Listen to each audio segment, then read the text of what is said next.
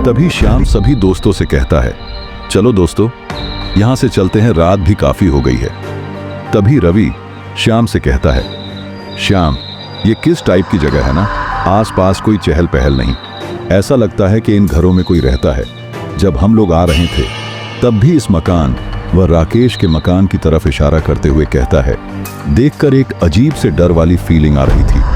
क्या कारण है कि ये जगह इतनी अछूत है पूरे गांव से? इसके जवाब में श्याम कहता है, यार मुझे भी इस बारे में तो सही नहीं पता, बस ये पता है कि यहाँ शाम के वक्त कोई नहीं आता है। इसके बारे में मैंने पिताजी से भी कई बार पूछा, लेकिन कोई इसके बारे में कुछ खास नहीं बताता है। बस यही बताते हैं कि यहाँ रात को घूमना खतरे से खाली नहीं है। कहा जाता है कि यहाँ पर आत्माओं का साया है, लेकिन मैं तो इन बातों पर यकीन नहीं करता। हाँ, मगर पिताजी और सब गांव वाले जिस चीज के लिए मना करते हैं उसे मानने में हर्ज ही क्या है। तभी इन लोगों को उसी वीराने से मकान से किसी हलचल की आवाज आती है। ये आवाज सुनकर सभी का ध्यान उसी मकान की तरफ जाता है। अरे, इस वीराने से घर से ये आवाज कैसी? राकेश बोलता है। श्याम बोलता है, हाँ, आवाज तो यही से आ रही है, लेकिन इस घर की हालत देखकर तो नहीं लगता है कि अंदर कोई हो सकता है। तभी मोहित और रवि, जो कि वैसे तो सभी दोस्तों की तरह ही निडर थे, लेकिन आज पहले तो श्याम की बात सुनकर और दूसरा उस घर से अजीब सी आवाज सुन डर से जाते हैं। तभी राकेश सभी दोस्तों से कहता है कि हमें अंदर जाकर पता करना चाहिए कि ये आवाज किसकी है। कहीं कोई ऐसा तो नहीं जिसको हमारी मदद की जरूरत हो। इस पर रवि और मोहित अपनी असहमति व्यक्त करते हैं।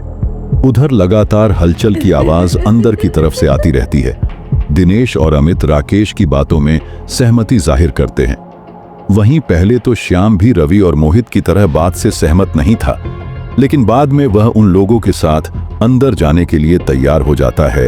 राकेश रवि और मोहित से बोलता है कि तुम लोग चाहो तो हमारे साथ अंदर चलो या फिर चाहो तो घर चले जाओ।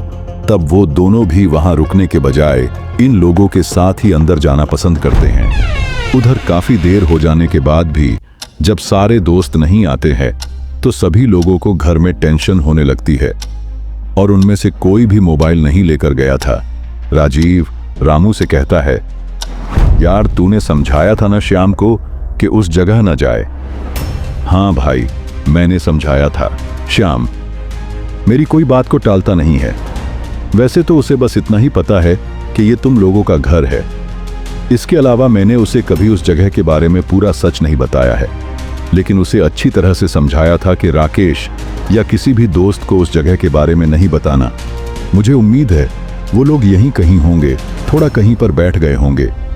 तुम चिंता नहीं करो, हमें कुछ और देर रुकना चाहिए। रामू विश्वास दिलाते हुए राजीव को समझाता है। करीब 1 घंटा और निकल जाता है और कोई नहीं आता है। अब सब लोगों की टेंशन और बढ़ जाती है। रामू भी सोच में था, आखिर ये लोग कहाँ चले गए और श्याम इतना बेपरवाह कैसे हो सकता है? उसे तो पता ही है ना कि यहाँ इतनी रात को कोई नहीं घूमता है। अब सभी लोग और भी ज्यादा चिंतित हो जाते हैं। राजीव रामू से बोलता है, भाई जरूर कुछ ना कुछ समस्या हुई है। हम यहाँ हाथ पे हाथ धरे नहीं बैठ सकते, हमें तुरंत चलकर देखना होगा। रामू राजीव से कहता है, भाई तू चिंता नहीं कर, सब कुशल मंगल होगा। तू यही रह, मैं देख के आता हूं और ज्यादा चिंतित होने की कोई आवश्यकता नहीं है। मुझे उम्मीद है सभी कहीं ना कहीं बैठकर बतियाने लगे होंगे। मैं अभी देख के आता हूं। राजीव कहता है, नहीं, मैं तुझे अकेला नहीं जाने दूंगा, और वैसे भी अगर अकेला यहां बैठा रहूंगा तो और ज्यादा चिंता होगी। मुझे साथ लेकर चल। लेकिन रामू बार बार मना करता रहता है। फिर आखिरकार राजीव के ना मानने पर वो उसे भी साथ ले जाता है।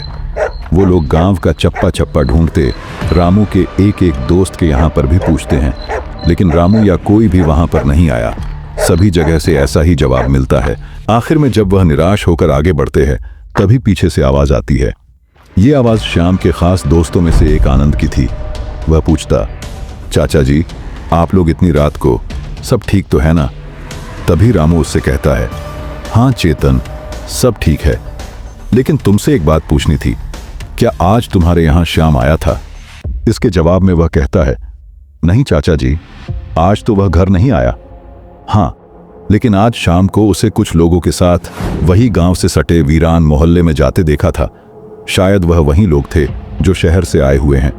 मैंने उसे आवाज भी दी थी, लेकिन वो लोग अपनी बातों में इतने मगन थे कि मेरी आवाज उसका ध्यान ही नहीं गया। उस वक्त में भी गायों को चारा डालने जा रहा था, तो मैंने भी ज्यादा ध्यान नहीं दिया। आनंद का जवाब सुन के मानो राजीव के पैरों से जमीन खिसक गई। वह रामू से कहता है, यार रामू, जिस चीज का डर था वही हुआ। आनंद, क्या हुआ चाचा जी? किस चीज के डर की बात कर रहे हैं आप लोग? रामू बोलता है, कुछ नहीं, तू अपना काम कर। रामू का जवाब आनंद को अजीब लगता है। रामू का ऐसा बर्ताव उसने पहली बार देखा था, लेकिन वह बिना कुछ कहे बगैर वहां से चला जाता है। आनंद के जाते ही रामू किसी गहरी सोच में पड़ जाता है। राजीव रामू से कहता है, रामू, अब और देर किस बात की, किस चीज की सोच में गुम है? मुझे नहीं लगता कि अब हमें और देर करना चाहिए। यहाँ सोचने से कुछ नहीं होगा। चल, अब वहीं चलते हैं। राजीव की बात पर रामू बोलता है, राजीव जानता है ना, वहां पर जाना मतलब मौत को गले लगाना। वहां जाना तेरे लिए और मेरे लिए, दोनों के लिए कितना खतरनाक हो सकता है। क्या तुझे लगता है हमें वहां जाना चाहिए? रामू की बात सुनकर राजीव आश्चर्य भरी निगाह से उसे देखता है और कहता है, यार रामू, तुझे हुआ क्या है? मेरा सगा भाई और तेरा सगा बेटा वहां गए हुए हैं। उनकी जान खतरे में है और तुझे अपनी ओर मेरी जान की पड़ी हुई है। अरे, ऐसे जीने से क्या मतलब कि अपने भाई और बेटे की ही रक्षा ना कर पाए? तू चलना नहीं चाहता है तो मत चल, लेकिन मैं तो वहां जाऊंगा, चाहे मेरी जान ही क्यों ना चली जाए। पर मैं अपने भाई और किसी को भी कोई आंच नहीं आने दूंगा। तभी रामू बोलता है, मेरा यह मतलब नहीं था राजीव। मैं तो बस ये चाहता हूं कि तू वहां नहीं जाए। मैं खुद किसी के साथ जाकर वहां देख आता हूं। और यार, मुझे अकेले मेरे बेटे की नहीं बल्कि तेरे भाई की भी इतनी ही चिंता है। पर यार भाई, बस मेरी एक बात मान, तू वहां मत चल। मैं नहीं चाहता तुझे कुछ हो। अगर तुझे कुछ हो गया तो मैं नहीं जी पाऊंगा। नहीं रामू, आज मैं तेरी एक नहीं सुनूंगा। जितनी तुझे मेरी चिंता है उतनी ही मुझे भी तेरी चिंता है। लेकिन भाई, आज हमारे बच्चों का सवाल है। अब चल, हमें यहां अपना वक्त खराब नहीं करना चाहिए। चल चलते हैं। ये कहकर राजीव रामू का हाथ पकड़कर उस वीराने घर की तरफ निकल पड़ते हैं। जैसे ही वह उस घर के गेट के सामने पहुंचते हैं और गेट खोलने लगते हैं, तभी राजीव को कुछ गीला गीला सा महसूस होता है। वह ध्यान से देखता है तो पता चलता है गेट पर और नीचे जमीन पर टपका हुआ था। ये देखकर राजीव को कुछ बहुत बुरा घटित होने का अंदेशा हो जाता है, लेकिन फिर भी उसके कदम वहां नहीं रुकते। वह धक्का मार के गेट खोलता और घर के अंदर घुस जाता है। पीछे से रामू भी अंदर आ जाता है, लेकिन यह क्या, अंदर पूरे घर में कोई नहीं था। उन दोनों ने पूरे घर का चप्पा चप्पा छान मारा था। बस कुछ सामान जमीन पर बिखरा पड़ा था, जो कि अंधेरे की वजह से सही नहीं दिख रहा था। किसी को घर में न पाकर राजीव की चिंता और बढ़ जाती है और रामू भी सोच में पड़ जाता है, आखिर सब कहाँ गए? तभी ऐसा महसूस होता है मानो कोई उनकी तरफ तेजी से आ रहा है। उनकी धड़कन मानो कुछ सेकंड के लिए रुक जाती है। जब वो सामने आवाज की तरफ देखते हैं तो एक रोशनी दिखाई देती है। ये कैसी चमक है? रामू राजीव से पूछता है, लेकिन रामू जवाब उसका नहीं देता। वह भी उस रोशनी की तरफ ध्यान लगा के देख रहा था। आगे क्या होने वाला है? रामू और राजीव ने क्या देखा और राकेश, श्याम और सभी दोस्तों के साथ क्या हुआ, कमेंट करके जरूर बताइए। जानने के लिए जरूर देखिए अगले भाग में। प्यारे दोस्तों, आपको ये कहानी पसंद आई हो तो मेरे चैनल को सब्सक्राइब करना, वीडियो को लाइक और शेयर करना बिल्कुल मत भूलिए। मिलते हैं अगले भाग में। तब तक के लिए धन्यवाद और अपना ख्याल रखिए।